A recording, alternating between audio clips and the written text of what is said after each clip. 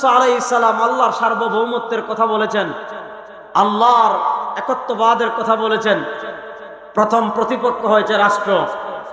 নবী করিম সাল্লাল্লাহু আলাইহি ওয়াসাল্লাম আল্লাহর একত্ববাদের কথা বলেছেন। প্রথম প্রতিপক্ষ হয়েছে কারা? প্রথম প্রতিপক্ষ হয়েছে রাষ্ট্র। ফেরাউনের ক্ষমতা ছিল, অস্ত্র ছিল, সৈন্য ছিল। নমরুদের ক্ষমতা ছিল, অস্ত্র ছিল, সৈন্য ছিল।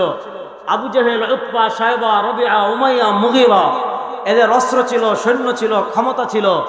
তারা মনে করেছিল আমাদের অস্ত্র আছে, আমাদের সৈন্য আছে, আমাদের ক্ষমতা আছে, ইসলামের বাতিকে আমরা নিভিয়ে দিব, আল্লাহর একত্ববাদকে আমরা থামিয়ে দিব।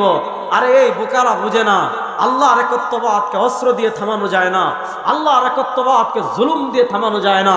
লা ইলাহা ইল্লাল্লাহর দাওয়ার বাতি আল্লাহ জ্বালিয়েছেন।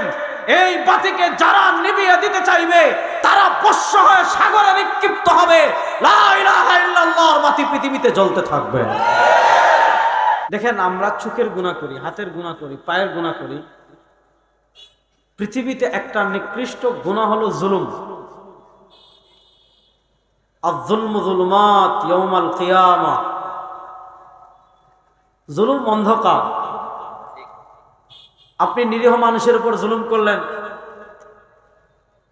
আপনি আলেমদের উপর জুলুম করলেন, যারা নিরেট কোরআনের কথা বলে, হাদিসের কথা বলে, আল্লাহর আইনের কথা বলে, আল্লাহর সার্বভৌমত্বের কথা বলে,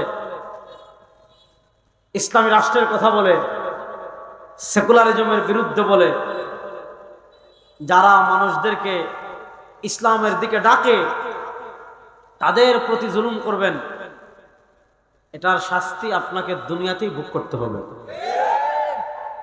কথা ভালো করে বুঝবেন। পৃথিবীতে আল্লাহ যত নবীদেরকে পাঠিয়েছেন, পৃথিবীতে আল্লাহ যত রাসূলকে পাঠিয়েছেন,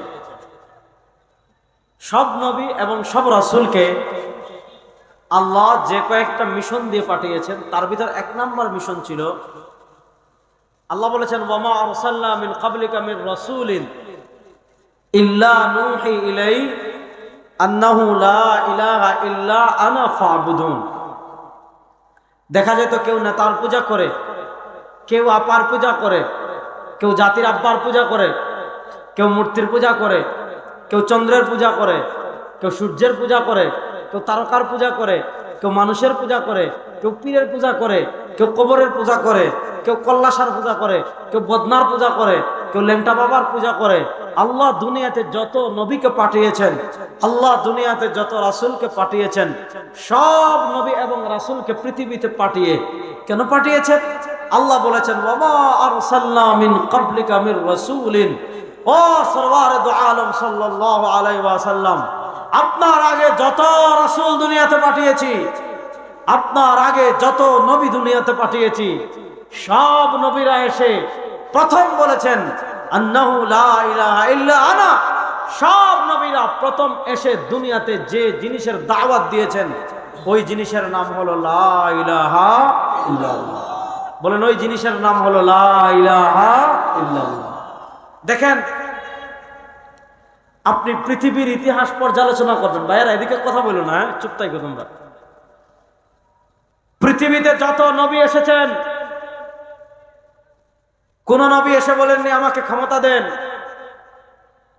কোন নবী এসে বলেননি আমাকে অর্থমন্ত্রী বানাও, কোন নবী এসে বলেননি আমাকে জাতির আব্বা বানাও, কোন নবী এসে বলেননি আমাকে এটা করো ওইটা করো।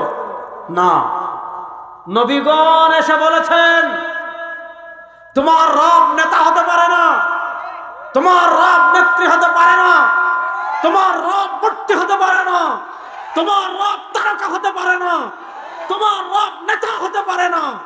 লা ইলাহা ইল্লাল্লাহ। আমাদের রব একমাত্র আল্লাহ, সার্বভৌমত্বের মালিক একমাত্র আল্লাহ, হুকুম চলবে একমাত্র আল্লাহ, আইন চলবে একমাত্র আল্লাহ। ওনারা ক্ষমতা চাননি, কিন্তু আপনারা ইতিহাস দেখেন, একদিকে ইব্রাহিম, তার অস্ত্র নাই, সৈন্য নাই, ক্ষমতা নাই, তীর নাই, বল্লম নাই, কেডার বাহিনী নাই, চামচা নাই, পাঁচাটা গোলাম নাই, মাদক কেউ নাই, তাদের পক্ষে কেউ নাই। তিনি আল্লাহর একত্ববাদের কথা বলেছেন, তিনি আল্লাহর সার্বভৌমত্বের কথা বলেছেন। দেখেন, প্রথম তার প্রতিপক্ষ হয়েছে রাষ্ট্রযন্ত্র। যুবকরা ভালো করে কথা বুঝবা। হযরত ইব্রাহিম আল্লাহর একত্ববাদের কথা বলেছেন, তার প্রতিপক্ষ হয়েছে প্রথম রাষ্ট্র। হযরত মূসা আলাইহিস সালাম আল্লাহর সার্বভৌমত্বের কথা বলেছেন, আল্লাহর একত্ববাদের কথা বলেছেন, প্রথম প্রতিপক্ষ হয়েছে রাষ্ট্র। নবী করিম সাল্লাল্লাহু আলাইহি ওয়াসাল্লাম আল্লাহর একত্ববাদের কথা বলেছেন, প্রথম প্রতিপক্ষ হয়েছে কারা? প্রথম প্রতিপক্ষ হয়েছে রাষ্ট্র। ফেরাউনের ক্ষমতা ছিল, অস্ত্র ছিল, সৈন্য ছিল। নমরুদের ক্ষমতা ছিল, অস্ত্র ছিল, সৈন্য ছিল। Abu Jahl, Utba, Shaiba, Rabia, Umayya, Mughira, এদের অস্ত্র ছিল, সৈন্য ছিল, ক্ষমতা ছিল। তারা মনে করেছিল আমাদের অস্ত্র আছে, আমাদের সৈন্য আছে, আমাদের ক্ষমতা আছে, ইসলামের বাতিকে আমরা নিভিয়ে দিব, আল্লাহর একত্ববাদকে আমরা থামিয়ে দিব। আরে এই বোকারা বুঝে না, আল্লাহর একত্ববাদকে অস্ত্র দিয়ে থামানো যায় না, আল্লাহর একত্ববাদকে জুলুম দিয়ে থামানো যায় না। লা ইলাহা ইল্লাল্লাহর দাওয়ার বাতি আল্লাহ জ্বালিয়েছেন, এই বাতিকে যারা নিভিয়ে দিতে চাইবে তারা বর্ষ হয়ে সাগরে নিক্ষিপ্ত হবে। লা ইলাহা ইল্লাল্লাহর বাতি পৃথিবীতে জ্বলতে থাকবে। দেখেন, এতক্ষণ নমরুদের কথা বললাম, এতক্ষণ ফেরাউনের কথা বললাম, এতক্ষণ আমি আবু জেহেলের কথা বললাম। ফেরাউনের প্রেতাত্মা একটা আমাদের দেশে ছিল 15 বছর। আমি আপনাদেরকে সহজ করে বুঝাই, শুনেন। এই বাংলাদেশ আপনি হয়তো মনে করছেন 56 কিলোমিটার বর্গ মাইলের। যুবকরা ভালো করে আমার কথা বুঝবা। মনে করবেন যে এটা 56 বর্গ মাইলের একটা ছোট্ট দেশ। শুনেন, এদেশের এক পাশে ভারত, আর আমাদের, আপনি এইদিকে যদি যান, আপনি এদিকে গিয়ে পাবেন হলো বঙ্গোপসাগর, বঙ্গোপসাগর পরে পাবেন পাকিস্তান, পাকিস্তান পরে পাবেন যেই ভূমিতে আল্লাহর সিংহরা বসবাস করে, যেই ভূমিতে আসাদুল্লাহ ফিল আরজ, আল্লাহর সিংহরা জীবন্ত সিংহ, উম্মার সিংহ সন্তান, এরা পৃথিবীর সকল পরাশক্তিকে নাকানি চুবানি খাইয়েছে। আফগানিস্তান নামটা শুনলে ভালো লাগে না? যদি মনে করেন ভালো লাগে না, বুঝবেন আপনি মুনাফিক। ইমাম বুখারী রহমতুল্লাহ যে এলাকায় জন্মগ্রহণ করেছেন ওটা হলো বুখারা। বুখারা শহর থেকে প্রায় 20-30 কিলো দূরে হবে একটা এলাকা আছে, একটা প্রাসাদ আছে, এটার নাম হলো কাসরে আরেফা। ভালো করে শুনবেন, কাসরে আরেফা। আমরা যে তাসাউফের যে তরিকার আছি, নকশবন্দি, এই আমাদের বাংলাদেশের বন্ড যেগুলা গাঁজা খায়, এই নকশবন্দি না। ইমাম বাহাউদ্দিন নকশবন্দি রাহিমাহুল্লাহ, তিনি, তাকে যেখানে দাফন করা হয়েছে ওটার নাম হলো কাসরে আরেফা। ওই কাসরে আরেফায় আমি যখন ঢুকেছি, ইমাম বাহাউদ্দিন নকশবন্দি রাহিমাহুল্লাহর কবর জিয়ারত করেছি। ইমাম বাহাউদ্দিন নকশবন্দি রাহিমাহুল্লাহর কবর জিয়ারত করার পর জোহরের নামাজের জন্য আমি যখন মসজিদে প্রবেশ করছি, ওই মাজারের পাশে, ওইটা মাজার মানে বাংলাদেশের মাজার না, ওখানে তোমার লাল শালুও নাই, ওখানে আপনার সিন্নিও নাই, ওখানে আপনার জিলাপিও নাই, ওখানে আপনার তোমার তাবারুকও নাই, ওখানে আপনার তোমার দয়াল বাবার গাঞ্জা শাহও নাই, মানে ল্যাংটা শাহও নাই। ওখানে আপনার, আপনি অনেক বন্ডামি করবেন, রশির সাথে বাইন্দা পিটাবে আপনাকে। আর আমাদের দেশে এই বন্ডরা কিন্তু আওয়ামী লীগের 5টা গোলাম ছিল। কথা ভালো করে বুঝেন। আমি যখন জোহরের নামাজে প্রবেশ করছি, আমরা দেখলাম আফগানিস্তান থেকে বিশাল বড় কাফেলা এসেছে।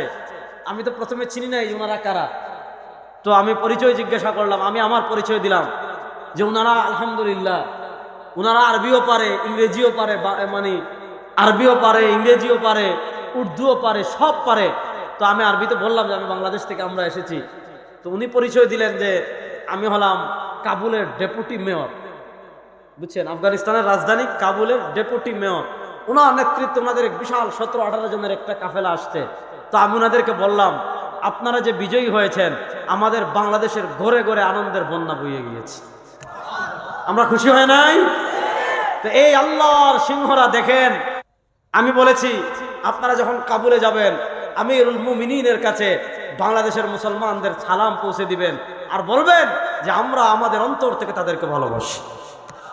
তো তো দেখেন এদিক থেকে আপনি বঙ্গোপসাগর পাড়ি দিয়ে গেলে পাবেন কি? পাকিস্তান। পাকিস্তানের সাথে পাবেন আফগানিস্তান। পাকিস্তানের আফগানিস্তানের মধ্যবর্তী হিন্দুকুশ পর্বত আছে। এর ওপারে যদি আপনি যান, আফগানিস্তানের ওপারে, যেটাকে আমরা ফিকহের পরিভাষায় বলি মাওয়ারাউন নাহার, আপনি ওই পারে পাবেন তিরমিজ, আপনি ওই পারে পাবেন বুখারা, আপনি ওই পারে পাবেন সমরকন্দ, আপনি ওই পারে পাবেন তাশকন্দ, যেখানে ইমাম বুখারী ঘুমিয়ে আছেন, যেখানে ইবনে আব্বাস ঘুমিয়ে আছেন, যেখানে ইমাম মাতুরিদি ঘুমিয়ে আছেন, যেখানে ইমাম বাহাউদ্দিন নকশবন্দি ঘুমিয়ে আছেন, যেখানে ইমাম দারিমি ঘুমিয়ে আছেন, যেখানে আমাদের হেদায়ার মুসান্নিফ ইমাম মারগিনানি ঘুমিয়ে আছেন, যেখানে উসুলুল শাসির মুসান্নিফ ইমাম নিজামুদ্দিন শাসি ঘুমিয়ে আছেন, যেখানে ইবনে সিনা ঘুমিয়ে আছেন। ওইদিকে পাবেন তুর্কিস্তান, এরপরে পাবেন আপনি মিশর, আপনি এরপরে তুরস্ক, এরপরে সৌদি আরব, এই সব দিকে আপনি একসাথে মুসলিম রাষ্ট্র পাবেন। তো তাদেরকে দেখে আমি অবাক হলাম, এদের এমন কোন পাওয়ার আছে যে এরা রাশিয়াকে লন্ডভন্ড করে দিয়েছে? এদের এমন কোন পাওয়ার আছে, এদের এমন কোন পাওয়ার আছে যে পাওয়ারের কারণে পৃথিবীর সুপার পাওয়ার আমেরিকাকে তারা লন্ডভন্ড করে দিয়েছে? তাদের সাথে আমি নামাজ পড়লাম। আমি ওই কাবুলের ডেপুটি মেয়র, যিনি উনি ময়দানের মুজাহিদ, তার আঙ্গুলে ইনজুর আছে, মানে তিনি জাহাদে গুলি খেয়ে আহত হয়েছেন, তিনি নামাজ পড়ায় তিনি যখন দোয়া করলেন, লম্বা সময় নিয়ে তার দোয়া এবং কান্নাকাটি দেখে আমি বিশ্বাস করলাম, আরে যারা স্বাভাবিক অবস্থায় এরকম দোয়া করতে পারে, এরকম কান্নাকাটি করতে পারে, আল্লাহর সাথে যাদের তাআল্লুক এমন দৃঢ় হয়ে যায়, পৃথিবীর কোনো পরাশক্তি তাদেরকে পরাজিত করতে পারে না।